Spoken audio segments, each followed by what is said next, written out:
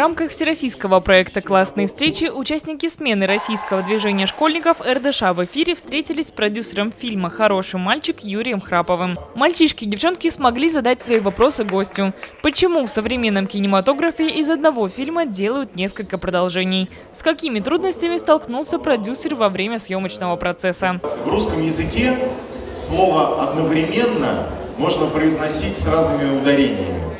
Одновременно и одновременно, без разницы. Вот то же самое и здесь. Все было одновременно и сложно, и одновременно легко. Юрий Храпов рассказал о съемках фильма «Хороший мальчик». 300 тысяч зрителей в первую неделю кинопроката, показ на Первом канале.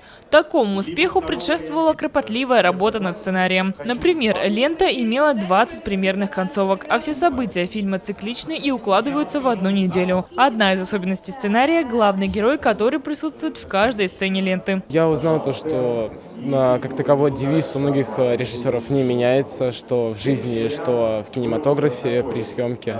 Вот. Также я понял, что надо брать свой образ иногда в написании кино, текста или чего подобного. После просмотра фильмов очень часто у людей возникают какие-то вопросы, которые хочется задать режиссерам и продюсерам. Ну так вот, я задала вопрос, почему решили затронуть тему взаимодействия поколений, а особенно тему 20-21 века. Допустим, например, главный герой был одет в одежду 20 века, и очень много было отсылок к 20-му, музыка, танцы, и, допустим, мне это было очень интересно. В настоящий момент продюсер снимает уже 4 фильма, в планах еще 2 кинопроекта. Сменовцам Юрий советует искать себя, потому что успех ждет самых упорных и настойчивых. Я желаю, чтобы будущее у вас у всех сложилось, было замечательное, доброе, чтобы вам встречались по большей части добрые,